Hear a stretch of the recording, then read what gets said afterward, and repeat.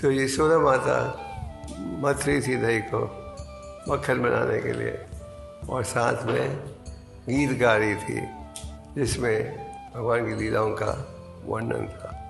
असल में यशोदा माता का प्रयास क्या था, बेटे जागने से पहले मैं मक्खन तैयार कर दूं।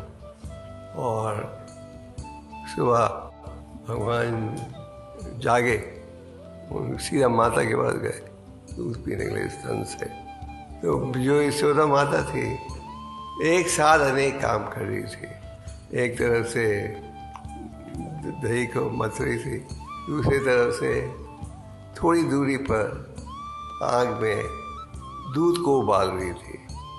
तो भगवान आए माता के पास और उन्होंने उनका स्तन से दूध पीना शुरू कर दिया। पर साथ में जो चूल्हा था उसमें दूध उबल रहा था। वो उबलते उबलते दूध वो बर्तन से बाहर गिर रहा था। यशोदा माता के पास कोई उपाय नहीं था, पर अपने बेटे को नीचे रखकर वो गए उस बर्तन को नीचे लाने के लिए। आचार्यों का कहना है कि ये जो दूध था उसमें भी चिंता पैदा हो गई थी।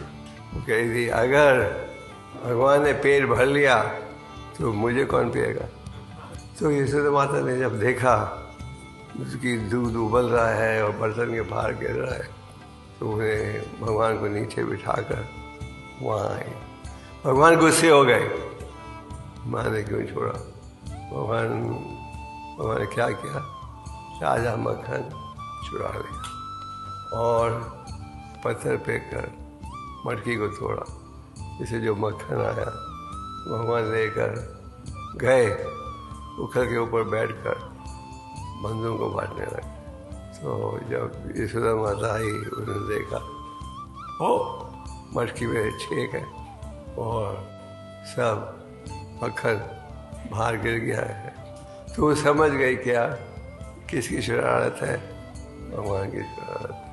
तो जब भगवान ने देखा कि मेरी माँ आ रही है पीछे से छड़ी के साथ, तो भगवान घबरा गए, भागे और माता उनके पीछे भागी।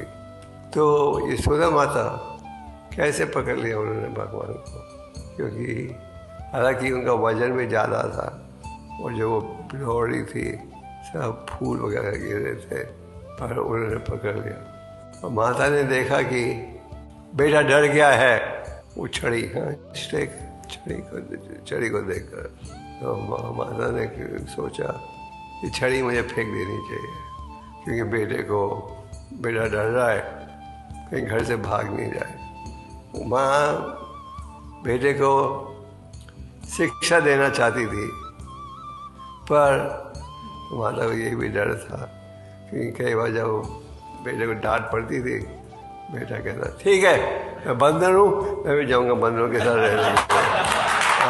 आप मुझे बंदर बुलाते हो, मैं जाता हूँ बंदरों के साथ रहने के लिए। तो माता के सामने ये समस्या थी और माता ने कहा ठीक है इसे मैं फेंक देती हूँ, इसको मैं बांध दूंगी। तो माता ने भगवान को बांधने का प्रयास किया और पहले एक रस्सी से बांधने का प्रयास किया, पर उन्होंने देखा कि एक रस्सी भी छोटी पड़ रही है। कितनी उंगली? 2 उंगली छोटी पड़ रही है।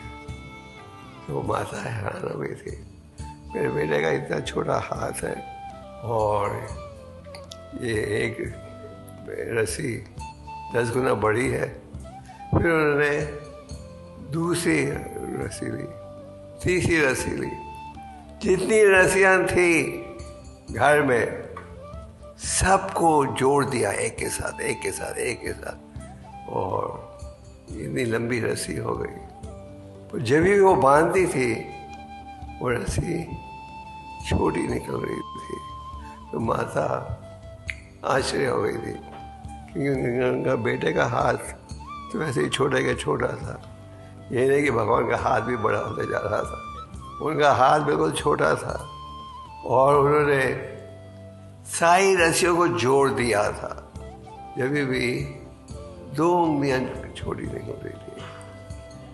और जो दूसरी गोपियां हैं वो हंस रही थी। क्यों? जब हम जाते हैं यशोदा माई के पास शिकायत करने के लिए, वो कहती है कहाँ है प्रमाण। और जब उसे शरारत की है यशोदा माता के घर में, तब वो गुस्से हो गई है। तो भगवान ने देखा कि मेरी माता प्रयास कर रही है, पसीना निकल रहा है, फूल गिर रहे हैं, लोग उनकी हंसी उड़ा रहे हैं। तो ये 2 उंगलियों का क्या अर्थ है?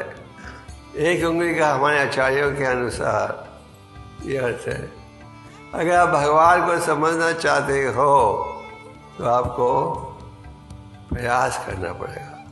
अगर आप भगवान की सेवा करना चाहते हो तो ये है माध्यम।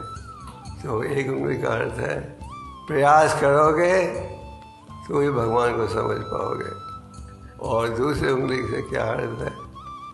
दूसरी उंगली का अर्थ है भगवान की कृपा से तो भगवान देखेंगे कि आपकी भक्ति शुद्ध है, आपके भाव शुद्ध है, तो फिर भगवान बुद्धि देते हैं, अपनी कृपा देते हैं। तो ये नहीं कि भगवान को समझना इतना आसान है। भगवान को समझने के लिए हमें प्रयास करना पड़ेगा।